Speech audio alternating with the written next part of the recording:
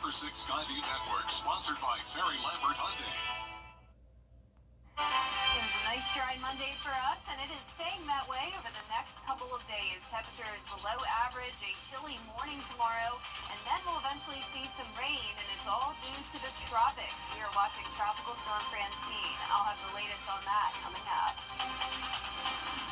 Right now on News Channel 6 at 6, the latest on the Olive Road overpass. Why commissioners want answers on the timeline. As your News at 6 starts now. Live from Television Park, this is WJBF News Channel 6 at 6.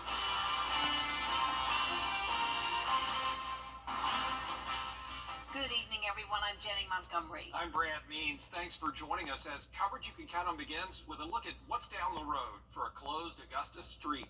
Olive Road at the often hit train overpass has been closed since February as the city looks at the next step. George Escala is live on Olive Road now with the latest. George? Well, Jenny, there have been no hits on the Olive Road overpass since February, 7 months ago. That's because it's been closed to traffic, but motorists and city leaders pushing to see it open again. The only things under the Olive Road overpass now are roadblocks and barricades, sending local traffic around in circles. Can't get to close to the area. My housing right here. So it's a big pain for you. Man, it's horrible. I mean, you gotta use extra gas to get over here, which is on the next street over, and it's just bad, aggravating. The road was closed when the bridge was hit again in February. Repairs were completed in May, yet the road remains closed, with the city and CSX discussing the next steps. So for the last couple months, we have been working with them to see, if we can install additional traffic devices or some other devices that may deter people in the future from hitting the bridge again. What would keep the bridge from getting hit again would be keeping the road closed, but that would not be popular. No, sir. No. Is that an option, keeping the road closed? Probably not at this time. We've had that discussion internally, but I think the will of the commissioners is to reopen it at some point. Reopening the bridge, but possibly with a new safety device, a chain curtain at bridge height to alert drivers. I've called engineers all over the country, actually. There's several of these in various big cities throughout the United States. And so I really just wanted to know sort of what they cost, or have they been effective, what's the best way to do it. So I've been trying to gather all that information at this time. Now, a commission committee scheduled to discuss the road closure on Tuesday. Commissioner Francine Scott saying she would like to see the road reopen with any new safety devices within 90 days. Reporting live in Augusta, George Escala, back to you. George, thanks. It is time now for our first check of the weather. Here's Chief Meteorologist Jenna Petracci. Well, it was a very nice Monday for us. Plenty of sunshine, just a little bit of cloud cover we're seeing now here on our Terry Lambert Hyundai Skyview cam in downtown Waynesboro. Completely dry today and a bit of a chilly morning we had. Started out at 61 degrees. High today came pretty close to average though. We made it all the way to 87, but we are still below that 90-degree mark. Right now we're sitting in the low to middle 80s, 84 in Augusta, 82 in Allendale, 85 in McCormick. Aiken, you're only at 81, 82 in Swainsboro, 84 in Crawfordville, and 83 in Saluda. The relative humidity is also much lower today than it was over the weekend, so overall feeling fantastic out there. Winds are coming in from the northeast. A bit breezy at times, around 5 to 8 miles per hour, but by tomorrow morning, the winds will be calm, and with that and the clear skies, that allows for the temperatures to really drop down quite a bit. So we'll be seeing some upper 50s here and there tomorrow morning, going with a low of 58 in Augusta.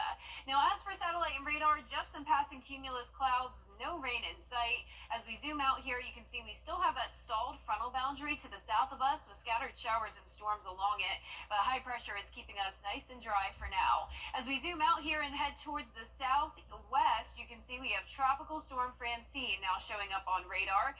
This is what we're watching this week as it will be making landfall somewhere in between Texas and Louisiana. And even though it is far away from us, it will be still bringing us some minimal impacts starting Wednesday night. So coming up, I'll have a look at the future cast and everything you can expect with Francine, but back to you. All right, Jenna, thank you. Now to the latest on a 27-year-old woman shot to death Saturday night in Augusta. The coroner says Laquana Lang was shot at least once inside a home on Hines Street. The suspect, Devontae Parks, turned himself in Sunday. Records showed this was not the first time he's been accused of shooting a woman. News Channel 6's Bria Smith has more now on this most recent incident and his previous record. Bria? Brittany Mackey, who was a shooting victim in a separate incident involving Parks back in 2016. Now, Mackey says she was surprised to learn Parks was released from a Facebook post regarding Lang's death. Mackey shares she was supposed to be notified of Parks' release, but was not. Now she expresses her feelings on the death of Lang, whom she did not know, hoping people will be more aware. Nobody told me he was out. I was promised. That was one of the things I even called back and checked on, like, hey, y'all gonna let me know when he get out. I'm not gonna feel comfortable. I shouldn't have to deal with somebody that shot me and we living in the same city. Clearly he didn't learn his lesson, so what if he would have saw me out in public or we would have ran into each other when he had killed me, finished the job? Now, I did speak with the DA's office, who did say if you are a victim, it's important to remain in contact and keep your contact information up to date with the Victims Assistance Program. For now, reporting live in Augusta, Bria Smith, WJBF, News Channel 6. Columbia County now, where 3 people are in jail after a 6-year-old was shot in the arm. This happened Saturday on Washington Road in Appling. Investigators say Calvin Robinson and Jasmine Curry were leaving a party after an argument when Robinson fired a gun from their car. Well, deputies say Ronell Lazenby shot back, and Curry's son got hit in that car. All 3 adults face several charges. He's credited with saving and repopulating wild turkeys in North America. Next time on Jenny, Rob Keck was CEO of the National Wild Turkey Federation for 27 years. He founded programs that eventually recruited more than 2 million new hunters. As a conservation ambassador for Bass Pro Shops, he's making a big impact in the world of wildlife and outdoor adventure. We've got so many Americans that have made such an impact on us, that were hunters, they were anglers, and they were ones that had a feel for the land. And as we become more urbanized, so many people have lost touch with those rural roots. They don't understand nature's rhythm of living and dying. And, I look at so many celebrities that are out there today that are carrying this great, great news of what the outdoors has to offer. There's something there for everybody. Just watching wildlife in your backyard or fishing along the Savannah River, there's something there for everybody to enjoy. We'll also hear from the director at Elevated Health Augusta, find out how ketamine infusions are helping people with depression, anxiety, and more. Tomorrow at 12:30 on Jenny. Coming up on News Channel 6 at 6, the world of AI coming to Apple. We'll take you through the new lineup of products after the break. News Nation tomorrow. The Aiken County School District celebrating a milestone achievement this afternoon. SRP Federal Credit Union has now donated $1 million to the school system through SRP's High School Affinity Debit Card Program. It started back in 2018 to help high schools around the county with funding. Each high school has its own card, and every time that card gets used, the school receives a donation. They can use the money any way they wish. Typically, when school districts receive funds, they're earmarked. They have a bunch of rules that we have to use to spend them. And sometimes there are barriers between getting the funds to where they can actually help the kids the most. So when we get funds like this from outside organizations, it's just tremendous, and it has an immediate impact.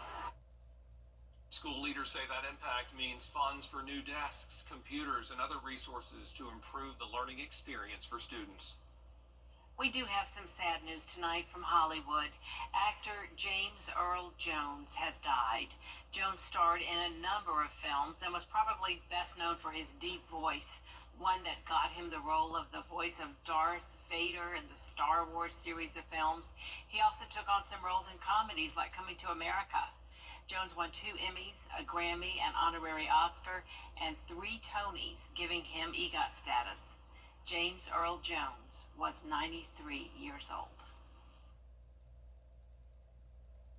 Memory and thinking issues keep piling on Facebook or Instagram.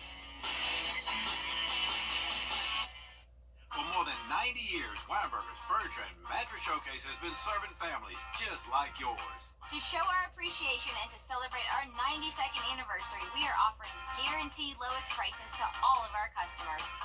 Special financing deals with no interest and a chance to win a $5,000 gift card. Stop by now to enjoy savings in every department. No matter your style or budget, we got you covered.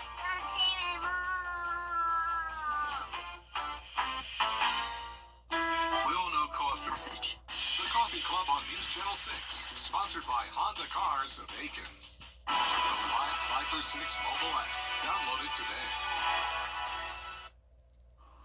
Now, your most accurate forecast with WJBF Live 5 for 6. Welcome back. Let's start out with a look at our Terry Lambert Hyundai Skyview Cam over at Washington Road. Pretty cloudy out there, but still no rain. It was a nice, dry, and below normal day once again.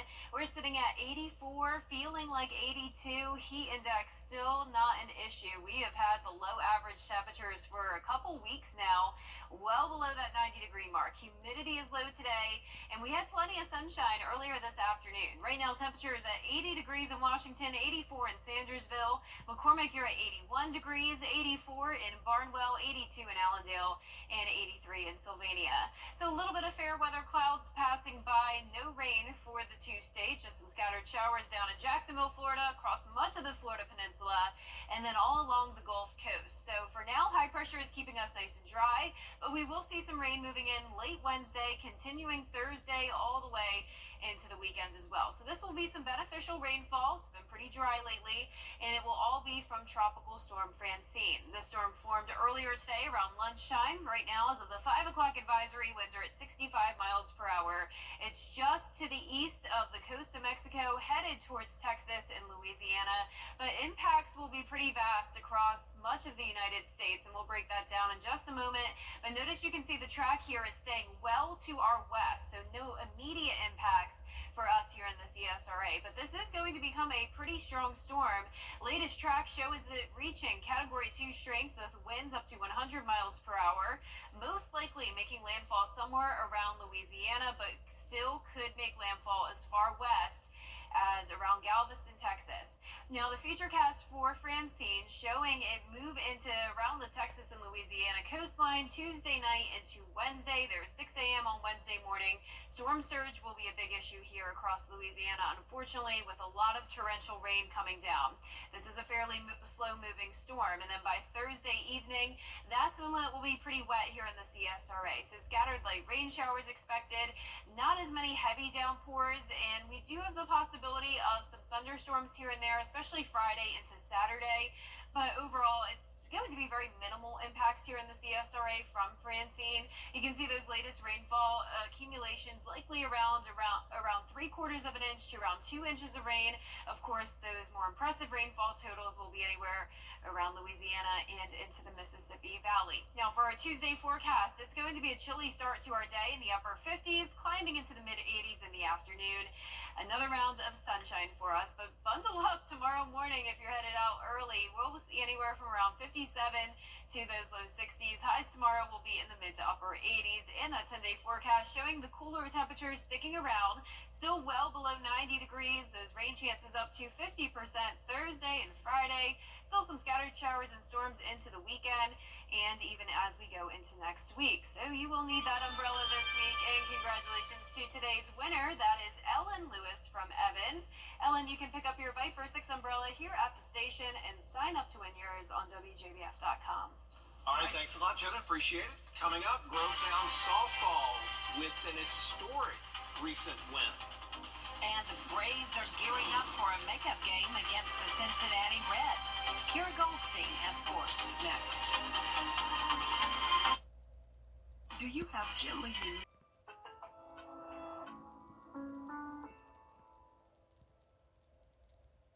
Everyday, ordinary people they do extraordinary things to serve our community. Each month, News Channel 6 recognizes these outstanding volunteers with the Give It Your Best Award. Do you know an everyday hero who goes the extra mile to help others? Nominate them for the Give It Your Best Award by visiting WJBF.com and filling out the entry form. Sponsored by Science Co., Piedmont Augusta, Security Federal Bank, and News Channel 6. To get the weather you need to see the whole picture. That's why Live Fiber 6 gives you the Skyview network. Get a live view of traffic and weather from all over the CSRA. Available online 24 hours a day at WJBF.com and the free Live Fiber 6 mobile app. The WJBF Live Fiber 6 Skyview network. Powered by Terry Lambert Hyundai. Low prices, big selection, and committed to quality customer service. Weather headlines on News Channel 6. Brought to you by Hickson Roofing. The News Channel 6 mobile app is now even better. Download it today. Now, WJBF sports coverage you can count on. Last year, the Grovetown softball team made program history when they made it to the Elite Eight in the state championship tournament, and this year they've made history again with the number of games they've won in a row. Grovetown softball was on a 15-game win streak last year when they fell to South Effingham right before playoffs. That number set a program record, but this year they've made history again as they beat that record in a doubleheader against Lakeside.